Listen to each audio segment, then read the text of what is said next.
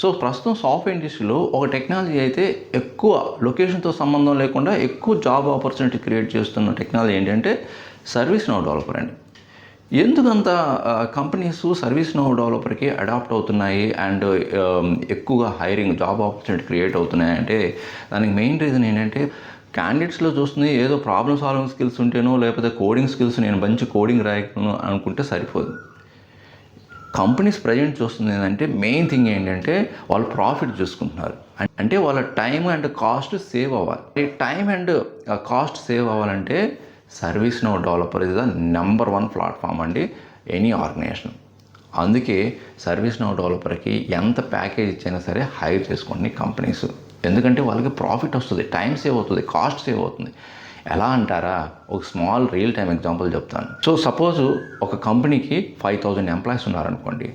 5,000 ఎంప్లాయీస్లో నుంచి ఒక 50 ఎంప్లాయీస్కి ఏదో ఒక టెక్నికల్ ప్రాబ్లమ్స్ లైక్ వైఫై అనేది సరిగా కనెక్షన్ రాకపోవటమో, లేకపోతే పాస్వర్డ్ మర్చిపోతే పాస్వర్డ్ రీసెట్ చేయటమో, ఇలాంటివి సమ్ నెట్వర్క్ ఇష్యూస్ కానీ హార్డ్వేర్ ఇష్యూస్ కానీ ఆర్ ఏదైనా న్యూ ఎంప్లాయీ ఆన్ బోర్డింగ్ అవ్వటము.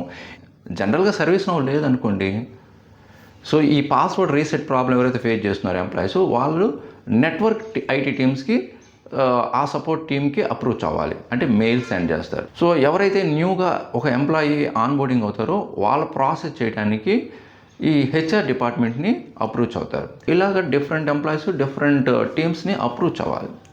అంత సపరేట్గా ఉంటుంది. సో దీనివల్ల ఏమవుతుందంటే ఒక్కొక్కరు రియాక్ట్ అవుతుంటారు, ఒక్కొక్కరు రెస్పాన్స్ ఇస్తుంటారు, కొంతమందికి డిలే అవుతుంటుంది ప్రాసెస్. సో అంటే 10 to 15 మినిట్స్లో జరగాల్సిన process even 3 to 5 days or 7 days కూడా పట్టచ్చు. అదే సర్వీస్ నౌ ప్లాట్ఫామ్ కానీ యూజ్ చేస్తే సేమ్ ప్రాసెస్ని ఓన్లీ 1 పోర్టల్లో 1 సర్వీస్ క్యాట్లాగ్ ఒక వెబ్సైట్లో ఇవన్నీ కూడా ఒక ప్లేస్లో స్టోర్ అయి ఉంటే రిక్వెస్ట్ అన్నీ కూడా ఆటోమేటిక్గా ఆ రిక్వెస్ట్ అన్నీ కూడా వాళ్ళ పర్టికులర్ టీమ్స్కి అయితే ఈ రిక్వెస్ట్ని సెండ్ చేస్తుంది. ఈ వర్క్ఫ్లో అంతా కూడా ఒక ఆటోమేషన్ వేలో కంప్లీట్ అవుతుంది అండ్ ఎవ్రీ టాస్క్ ప్యారలల్గా అయిపోతుంది. ఎవరి ప్రాబ్లం వాళ్ళకి సాల్వ్ అవుతాయి. ఈవెన్ 10,000 ఎంప్లాయీస్ ఆర్ 50,000 ఎంప్లాయీస్ ఉన్నా కూడా అయినా సరే service now developer course complete చేసి అండ్ ఇంటర్వ్యూ క్రాక్ చేయడానికి మీరు స్ట్రగుల్ అవుతుంటే మీ డీటెయిల్స్ని ఇమీడియట్గా షేర్ చేయండి. నేనైతే మీకు ఇంటర్వ్యూ ప్రిపరేషన్ చేయించి అండ్ ఎవ్రీ వీక్ని మోక్ ఇంటర్వ్యూ కండక్ట్ చేసి మీరు ఇంటర్వ్యూని ఎలాగైనా క్రాక్ చేసేలాగా చేస్తాం. సో ఈ ఇన్ఫర్మేషన్ని మీ ఫ్రెండ్స్కి సోషల్ నెట్వర్క్ ప్లాట్ఫామ్ షేర్ చేయండి, చాలామందికి హెల్ప్ అవుతుంది.